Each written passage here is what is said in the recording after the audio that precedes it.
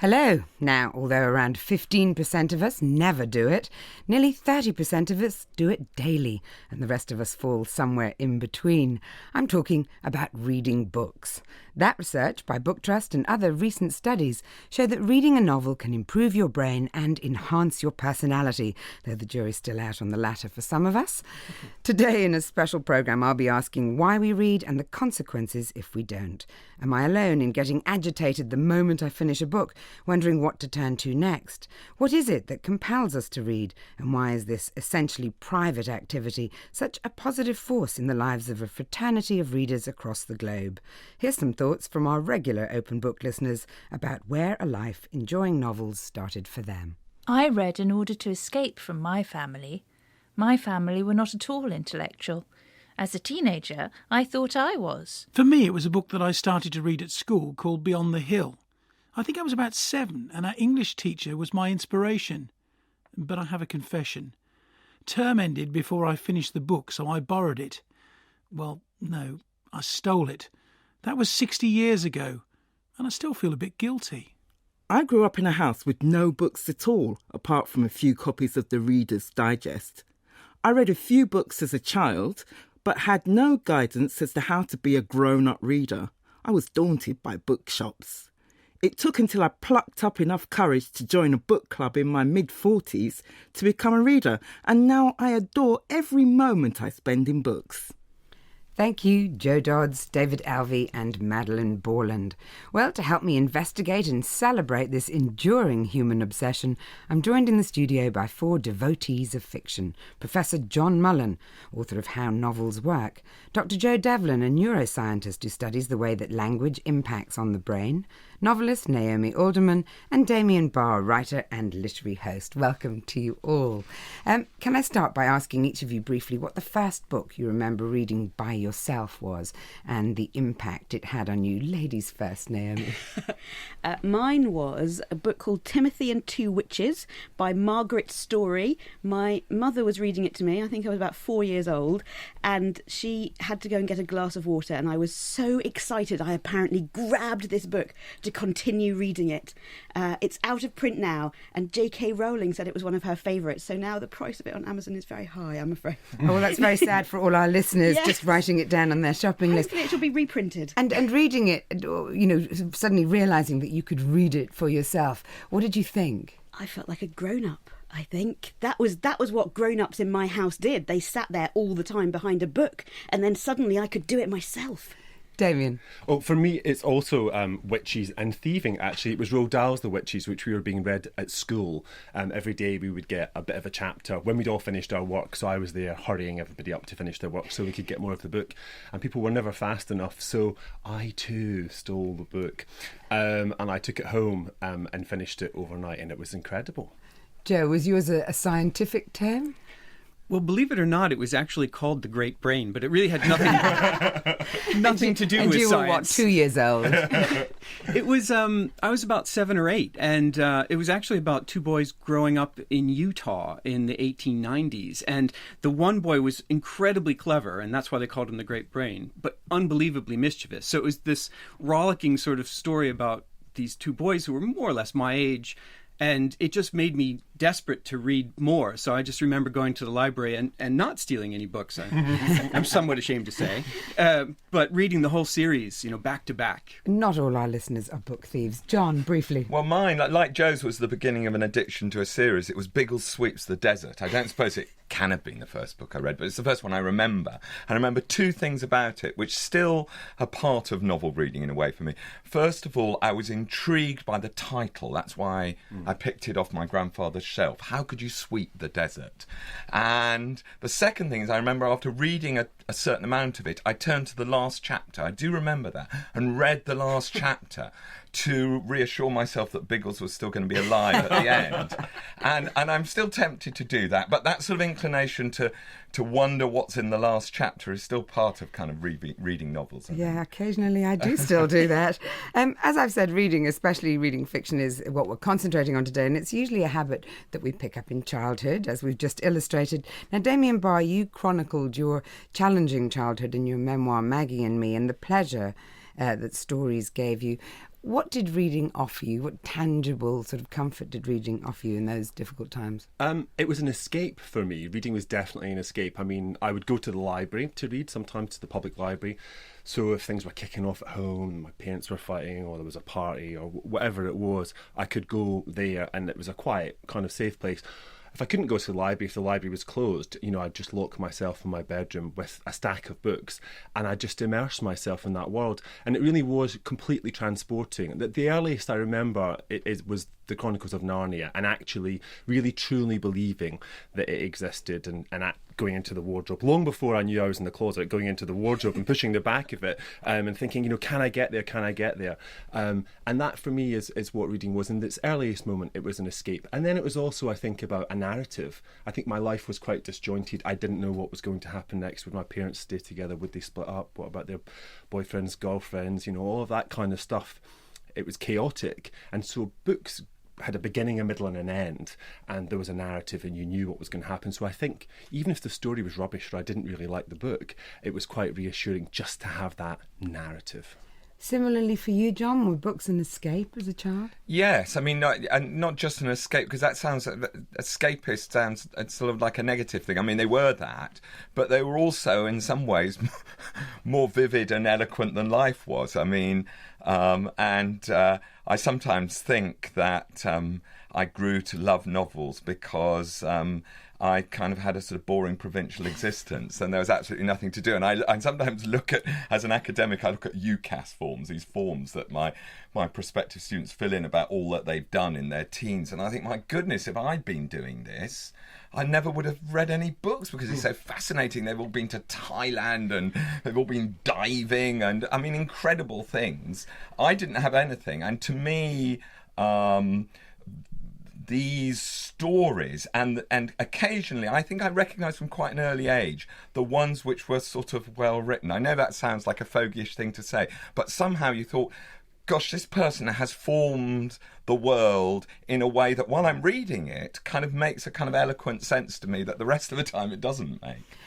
Well, often the pattern of our lives can be traced through our reading.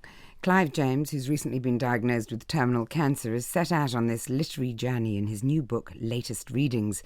He's been a passionate advocate of culture in all its forms throughout his long career, and that determination to celebrate cerebral matters in a refreshingly approachable way continues unabated. As a writer, poet, and all-round Renaissance man, he seemed the perfect guest to reveal the book he'd never lend and share with me why, even now, books are at the centre of his life. I do have felt for a while that I was on borrowed time, and the question arose of whether I would just lie down and wait for it or go on with my work, which is writing and reading, and of course it's my great love. And I decided the latter, and I went on reading as if I was going to live forever. And so I not only read a lot of new things that I'd never read, such as Olivia Manning, who was my great discovery, but I reread people like Joseph Conrad and Anthony Powell and Evelyn Waugh, whom I knew well, and found out that I could learn them better. When I wondered just why that was, I soon got the answer. It's because I'm older. I think I've got a wider and wiser view of things. Anyway, the thrill is still there, and I tried to put it in the book. Well, you've certainly managed to do that. The way you talk about books is entirely seductive. They're like friends in a room with whom you have relationships, adversarial. Too many friends. Another 50 of them came in this week. I love the idea of the many months it took your family to move your extensive library from London to Cambridge, and the thousands of books you managed to dispense with, only for you to immediately start collecting again, mainly from your favoured twice-weekly bookstall in Cambridge. So should there be an RA for Readers Anonymous, do you think? There ought to be, yes. The big threat is the bookstall in the marketplace here, run by a wonderful man called Hugh. He hasn't got a second name. Nobody knows it. He's a very secret guy. And he has the most wonderful bookstall. And everybody in Cambridge who is interested in these things is there on Tuesdays and Thursdays. Fighting each other. Tuesdays for the paperbacks and Thursdays for the hardbacks. We talked about you, reading new books and returning to old books, and the sense you got reading some of your old favourites of the passage of time. What's been most surprising to you on that journey? It was terribly surprising for me to find how much Conrad came alive for me again, and he's right through the book. He's a theme, like Hemingway's another theme. Because I read these, Conrad and Hemingway, for these two examples very early on in the 1950s, which is a long time ago now, long before you were born. And not so long. and I loved them. Of course, they formed my life. I became a writer because of the writers that I read. But I realise now that I've only just grown old enough to understand what they were on about. And does reading some of the books you read, particularly as a very young man, does it take you back to that time? Does it reconjure it for you? I'm always back in that time. So I'm sort of going back there all the time anyway. And I actually this is shameful, this is my first confession. I don't confess this even in this book, I think, is that I will actually buy a book that I've already got. Not just because my library is so chaotic that I can't find it, but I want to have it again. I want to have again the experience of taking home a copy of Lucky Jim. At the moment I have a mad project where I'm going to buy all the different Penguin editions of Lucky Jim. They've all got different covers. It's a book I love so much. Now, can you just tell me how, with so many to choose from, have you managed to narrow down the book you'd never lend to one single volume? I'm looking at it right now. It's a volume of Louis MacNeice's collected poems, and it's the one published just after World War II in about 1947. There were several editions of MacNeice's collected poems, but that's the one to have. It's perfect. It's the right size. It's got the masterpieces in it. And I was so thrilled by it back there in 1958. And I own several copies of it, 3 or 4 in fact. But that doesn't mean you can have one. I don't let them out of the house. I say, yes, it's marvellous. Yes, and that is another copy. Yes, and you must go and find one. I would feel diminished if it walked out of the house. But what was it that thrilled you so much about this particular book? It's the speakability. It wasn't just the Irish musicality, although he's got that, of course. And the Irish are very proud of it, very sensibly. He's had this wonderful, speakable way of treating the whole of experience. He wrote a long poem, in the late 30s. It was called Autumn Journal, about the time of the Munich crisis. I think it's the best long poem of the time. It's like a wonderful, ideal newspaper. It's got all the things that are happening are right there on the page in this wonderful, varying rhythms, this wonderful flexible meter that he had. And of course he could make phrases almost as well as Auden, in fact better than Auden sometimes. And he wrote a wonderful poem called Meeting Point, which I'm sure you know, about 2 lovers meeting in a coffee shop. And it's just them and the coffee and the biscuits. It's a bit like Brief Encounter without Rachmaninoff. But then when you read it again, you find it is like Rachmaninoff. It's so wonderfully melodic and romantic. You clearly know these poems incredibly well. How often do you reach for the book, and why do you still reach for it? Oh, all the time. But I don't. There are lots of other books I reach for too. I'm always reading Auden, Eliot, Larkin. Empson is a big thrill for me. And Yeats, of course, is the tops. They're all the tops, really. If a poem has engaged you, then for as long as you're reading it, it's the best thing in the world. The irrepressible bookworm Clive James and and latest readings is published by Yale. We'll put a longer version of that interview on our website. We talked about the emotional pull of reading. Now let's talk about the science behind it. A new study from the Reading Agency has just revealed that reading for pleasure can increase our empathy, enhance relationships, and improve well-being throughout life. To check whether that's as fictional as Harry Potter, I'm turning now to Dr. Joseph Devlin, neuroscientist at University College London. So, Joe, what happens to our brains when we read a book? Well, reading's fundamentally about decoding visual symbols and linking them with sounds and meaning, right? I mean, that's what you're doing as a problem. So it's not surprising that you engage a lot of your brain when you do it. And those areas that are involved in vision and sound and meaning are super active as you're doing this. But the interesting thing is that depends on the content of what you're reading, what else you engage. So for instance, if you're reading mysteries or thrillers, then there's a much greater load on the frontal part of the brain that's involved in sort of suspense, keeping track of information, trying to figure out how the information integrates together. In contrast, if you're reading, these kind of idyllic descriptions that are very vivid in terms of imagery, then you really sort of increase the activation of visual parts of your brain. Similarly, when you're reading about dialogue, you actually increase auditory parts of your brain, even though you're not hearing anything in a sort of external sense, but you sort of do hear it internally. Is reading unique in being able to deliver all those experiences in a sort of side activity, if you will, from actually living them? It's not entirely unique. I mean, this seems to be a function of language, right? So if somebody's telling you a story, you get the same kind of things happening. You can increase visual activation in your brain, even if you're not really seeing anything other than somebody just talking to you. But reading's unique in the sense that it doesn't involve another person. It does. It involves the writer, but at a different time in a different place, right? You can do it wherever you are, whenever you have the opportunity, and you can be immersed in this kind of virtual experience solely by words on a page. It's phenomenal. In another study in 2013, which claimed reading could improve relationships, they also asserted, I'm sure my husband, the jury's out on that, they also asserted that literary fiction has the edge on genre fiction, as one requires you to fill in gaps and to participate in the process in a way that the other one simply entertains. Is there science in those theories? Is one type of reading better than another? That was a really interesting study that seems like it had incredibly solid data. And what they found was that when you read literature, as they defined it, as opposed to these popular novels, you were better at understanding what's known as affective theory of mind, which is just to say that you're better at empathy. So understanding the emotions of other people. There's also what's called cognitive theory of mind, which would be to understand what another person thinks. And that didn't seem to be affected by reading at all.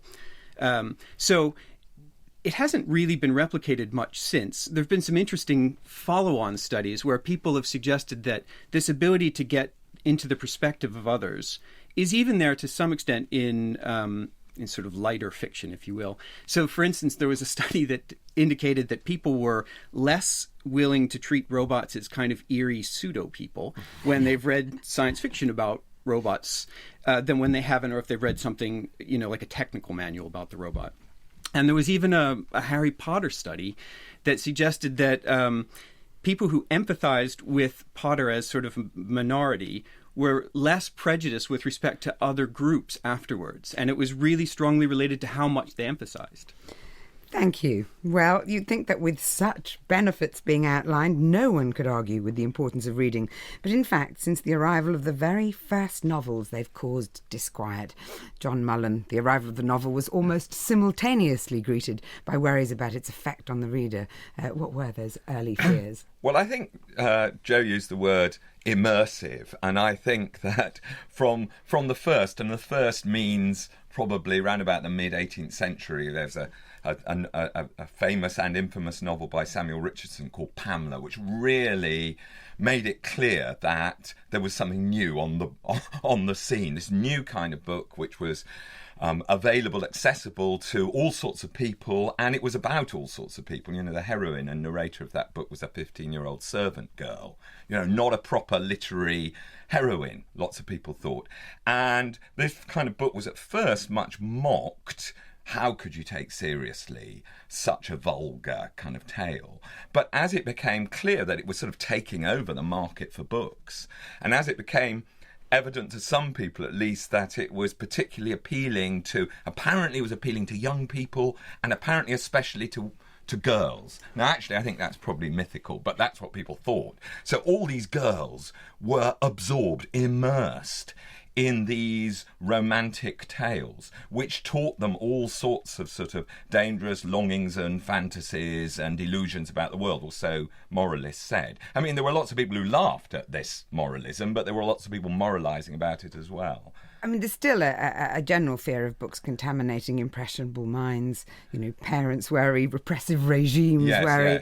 Yes. But going back, was it women who needed protecting first of all? Well, that was what people thought. There's a wonderful comedy by Sheridan in the mid-1770s called The Rivals, and the sort of rather dippy heroine, if that's the right word of that, Lydia Languish. We first encounter her hiding all her novels because Mrs. Malaprop, her guardian's about to arrive, and putting correct moralistic tales and on her desk, and the father of the man who loves her, Sir Anthony Absolute, refers to the circulating libraries which produce these books and distribute. You don't even have to buy them, you borrow them for not much money. And he says the circulating library is the evergreen tree of diabolical knowledge. Now, we're invited to laugh at that, of course, but of course the play also depends on Lydia having read so many of these novels that she wants to elope with a poor person, so the man she loves has to pretend to be poor in order to get her affection. So she is silly because of novels, in a plot that people who've read Northanger Abbey will realise it. But on the other hand, people who deplore novels are also silly. On Open Book in the last few weeks, we've mentioned that household favourites Harper Lee and Judy Blume have appeared on banned books lists in the US, and the latest list from Penn International cites over 900 writers who've been persecuted for what they've written. So that sense of contaminating the mind continues. Should we, Naomi, also welcome the power books are recognised as wielding? Because we hear a lot, and disagree a lot about books being banned, but surely there's room for celebration there as well, in a way. Oh gosh, yes. I mean, it's really fascinating to hear about early things that people thought about novels, because of course people think that about video games today. They've thought it about every new art form that ever comes along. And the thing that art does, that literature does, and particularly reading, is to make it obvious to you that other people are also real. So there's that problem that we think about in philosophy. How can you tell that other human beings have thoughts inside their heads just like you do? Maybe they're just automata, but actually you read a novel, you have the contact with the mind of another human being, and you see that whatever their background, where they come from, what their culture is, however different they are to you, you can understand what they're thinking. You say to yourself, oh, they're just like me. And I mean, that is a revelation that topples regimes. Joe, you're giving a neuroscientific nod there. Right, so that's exactly what theory of mind is this idea that you recognize that different people have different internal states, and that you get this idea, you have a theory of what someone else is thinking based on your interactions. And of course, if it's an out group, it's a group of people that you don't normally interact with, they're easier to sort of dehumanize. But when you read about them, they become people like you, and it enhances this theory of mind. Damien, do you think it's a tribute to fiction that some novels are still banned? Oh, ban a book and I'll immediately rush out and try and buy it. I mean, it's the surest vile way of marketing something. It's interesting to see which books are banned, and it's books which belong to the outgroups. It's books, which represent voices that dominant culture doesn't want to hear from. And I remember reading the Tales of the City novels by Armistead Maupin, books which everybody thinks are cosy and lovely and charming and fun about Mrs. Madrigal. Here's the first book that I identify a character who's also gay, who seems happy, who has friends, who has a job, who puts up with the travails of the world, but comes through it. These are books that were banned, that were seized in customs shipments.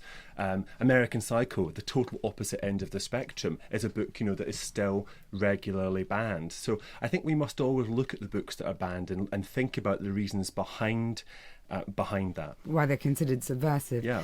The recent Man Booker long list demonstrated also the diversity of voices currently writing in English. The 13 writers were of 7 different nationalities, and their novels take us into the minds of young brothers in Nigeria, a 16th century Moroccan slave, and witnesses to an attempt on Bob Marley's life, amongst others.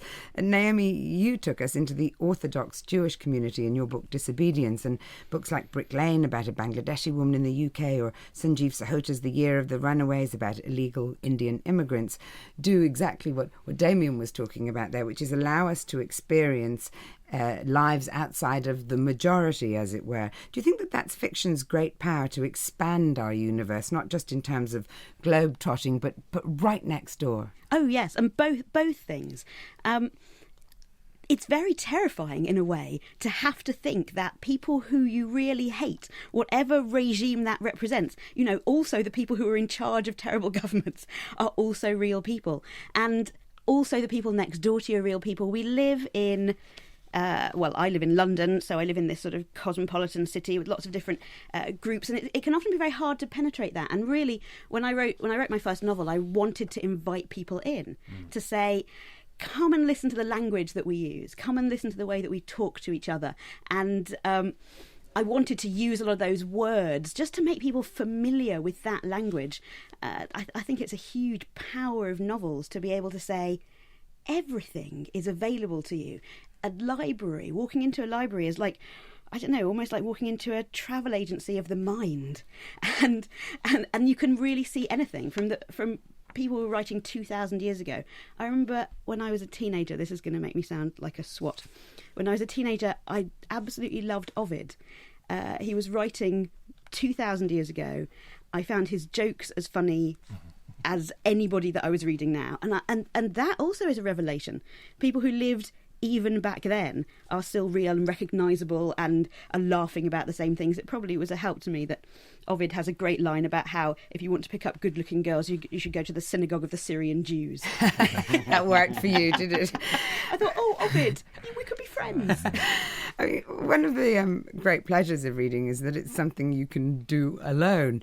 So it's amazing that such a private, intimate activity has become such a public pursuit. We look to authors to have views on matters way beyond fiction. There are dozens of literary festivals and book prizes. Damien, what do you think this public exposure and communal participation adds to reading? You're obviously at the helm of it with your literary salons. Yeah, well, I mean, I've been running my salon for 7 years now, and so what we do is we have writers come along, a mixture of established and emerging, so Naomi's been there, and they read for about 10 minutes from new material, sometimes printer fresh. I remember Helen Fielding sort of shaking hands with new page of Bridget Jones, which she later scrapped. And people read from stuff, and I chat to them, and there's a big audience of people, and we have a big audience for our podcast, and I've been surprised by the popularity of it. And I think it's because, first of all, reading remains solitary, so people aren't reading in the room, they're being read to. There is a great pleasure in being read to. You feel like somebody's paying you attention. There's a kind of spell that's being cast. Everybody's complicit in it. It's lovely. So people like being read to. That's the first thing. Then readers like to meet other readers, and there have been, dates. There have been literary salon children, and that is a part of it. But also, I think it's about humanising writers. It's about seeing that writers are real people, and also getting to the story behind the writer. So often, historically, writers were on this kind of pedestal. Only a certain number of people were permitted to be writers, a kind of person, and we weren't permitted to find out about their lives. The salon is as much about the writer's backstory as it is about the story that they're there to share. With all this noise about novels and the sheer number of them being published and the people flocking to festivals and salons, it can be hard to work out where to start and how best to read.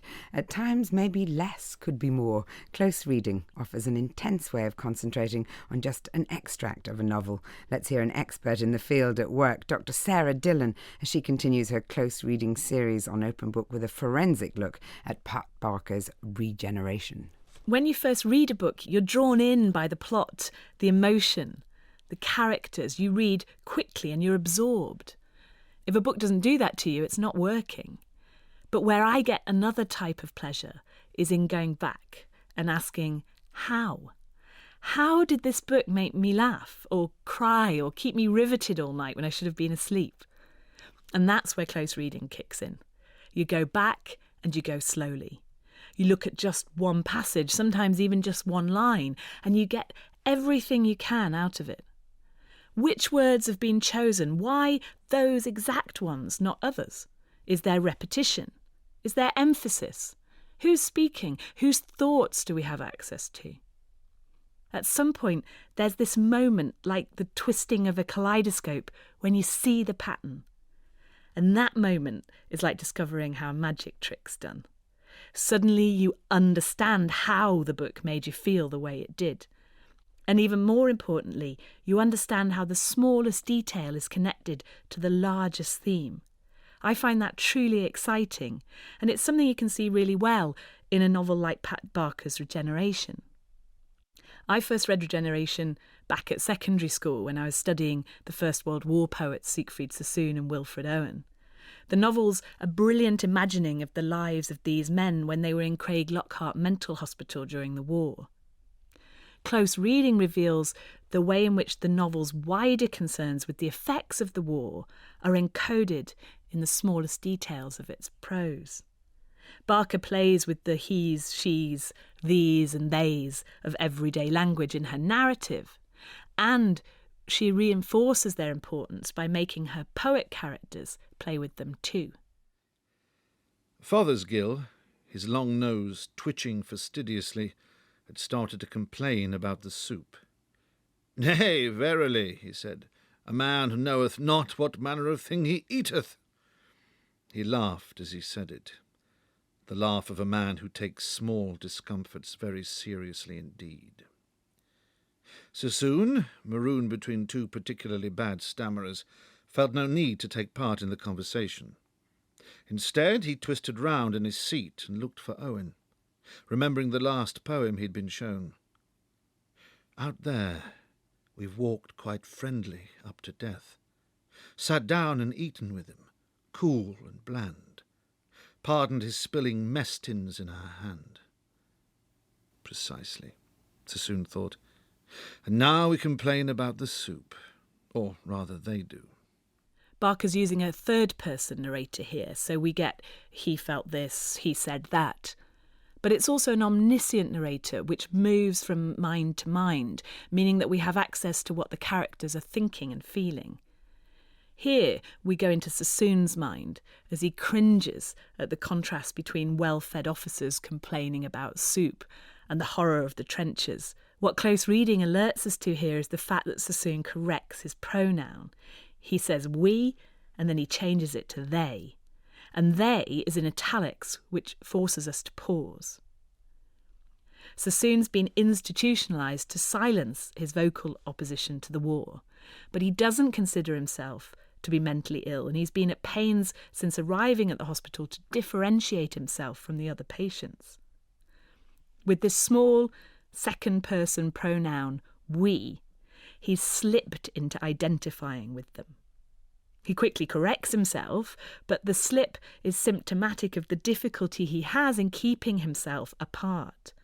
He cannot keep up an us and them mentality, and this is crucial in the wider context of Barker's novel, because this is a story that's exploring precisely what the historian Paul Fussell calls the gross polarisation that defined World War I.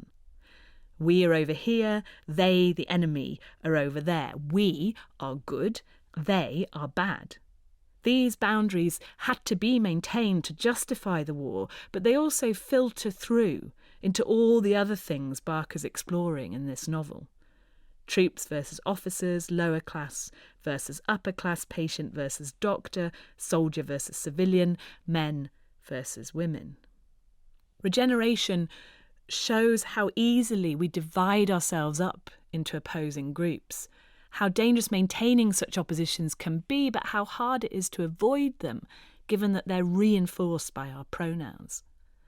And if we hadn't already realised this, as the scene continues, Owen and Sassoon's exchange after dinner really brings it home.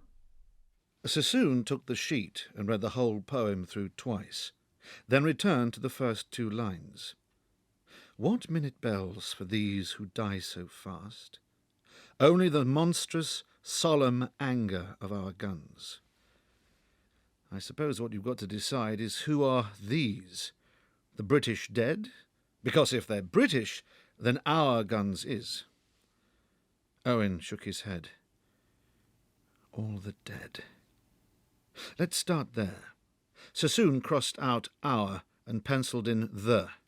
You're sure that's what you want? It isn't a minor change. Owen and Sassoon are doing their own close reading here as they pick over the consequences of every choice of word, however small, in the first draft of Owen's poem. Owen and Sassoon recognise that changing our to thee changes the poem from propaganda to protest. This connection between the smallest detail and the widest consequence is what I find so exciting about close reading. Thank you, Sarah Dillon, and I'll be exploring Pat Barker's technique with the author herself later this month on Open Book.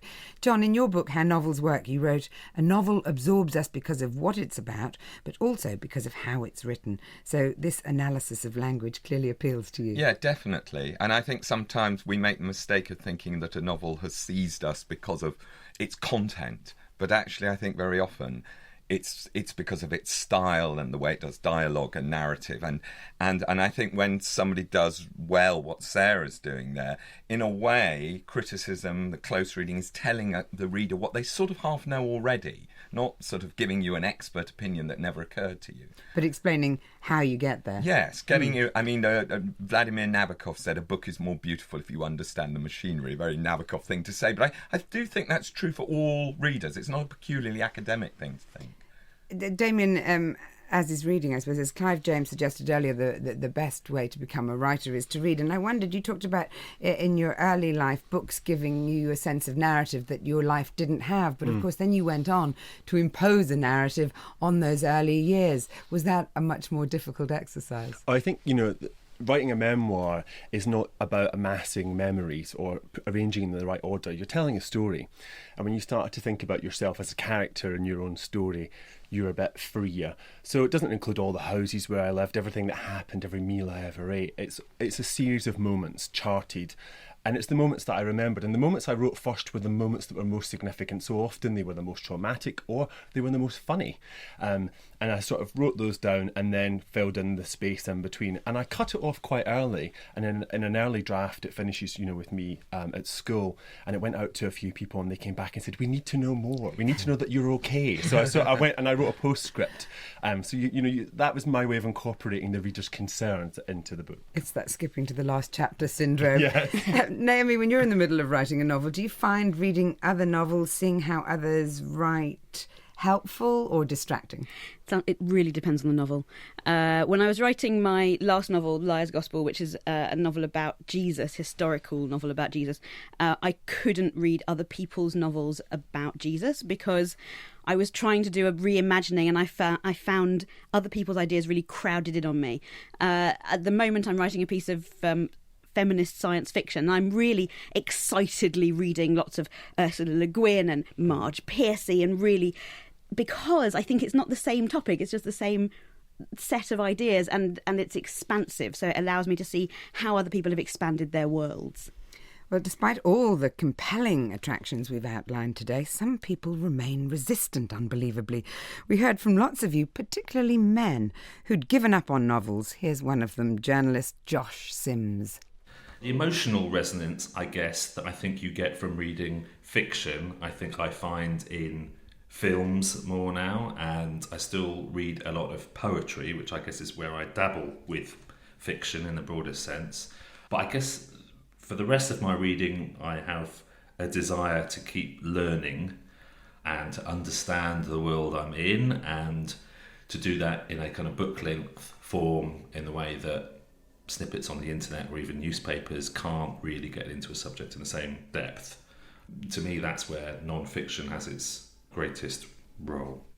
Seems to be a common thing among more mature people as well, this idea that you must amass facts and eschew fiction. So finally, I guess, I wondered how you would persuade Josh and others that they need a fiction fix. Damien? Well, I'd start off by saying that, writing is not punitive, and reading rather is not punitive. You can't read everything. So once you accept that, you let yourself off the hook. Books will wait. Fiction will wait. He can go back to it. So take a narrative break. Maybe watch a box set like Mad Men, or even Game of Thrones. Something that's got a strong narrative structure. Get your brain thinking narrative again, and then I think you'll slip back into books. But don't force it because it just won't happen. Good advice, Joe. I would have thought that lots of fiction has interesting facts in it. So I'm thinking about, I read Wolf Hall as an American who didn't know much about the Tudors and was absolutely gripped. And the reason I was gripped was not because of all the historical facts. It was because of the narrative and that had these facts woven through it. So I would have thought there's a lot of opportunity in fiction to meet that requirement, but more fun. And you're not going to give a final call to the cerebral stimulation as well? Well, I think that there's a lot of value in reading at that point, and it doesn't really matter whether it's fiction or non-fiction in terms of brain stimulation. John Mullen. Well, I would say that what Joe was saying earlier lets you into other consciousnesses like no other kind of book, and therefore novels kind of people the imagination. I mean, they're not. Other kinds of books can do that too, but I'm just struck by the fact how much probably I depend in my conversations with my closest friends on saying to people, you know, Lady Catherine de Bourgh, that's who she was. And they immediately understand. And I think not to have that resource is a sad thing. That's because you can remember quotes from books. I can never remember. Naomi Alderman. There's a weird cultural idea we have that feelings and facts are different, or that there's hard facts and then there's emotions which are a bit wibbly wobbly. And I suppose I would say understanding emotions that people felt about their experiences is also a kind of knowledge. And I would point him towards, for example, Toni Morrison's Beloved, which is very much a novel about how people felt about being enslaved, but also about the facts of that situation. These two things are not separable. I started the programme by saying I get that sort of terrible agitation when I finish a book if I don't have something lined up or ready to read, which is seldom a problem presenting this programme. But you know, in August, for example, do any of you get that terrible agitation? Definitely, particularly if I've just finished something brilliant and then I feel like nothing can live up to it. And the idea of going on to a book which maybe just hasn't quite got whatever that previous one had, sometimes I just go back to the beginning and start that book again. Damien, briefly. Yeah, I do the same thing. And very often, if I've loved a book, I will have to give myself a week or two off because I know that whatever I read next isn't going to be as good. And so, I have to do that. I think I've damned some pretty good books that way. Straight to magazines at that point. Well, there you go. A final call to arms of a cerebral kind. Thank you to all my guests, Joe Devlin, John Mullen, Naomi Alderman and Damien Barr. And thank you to all our listeners for your thoughts about reading. You can see more of them on our website. Normal service resumes on Open Book this Thursday when I'm talking to Zimbabwean novelist Bettina Gapper. That's it for now. Joe.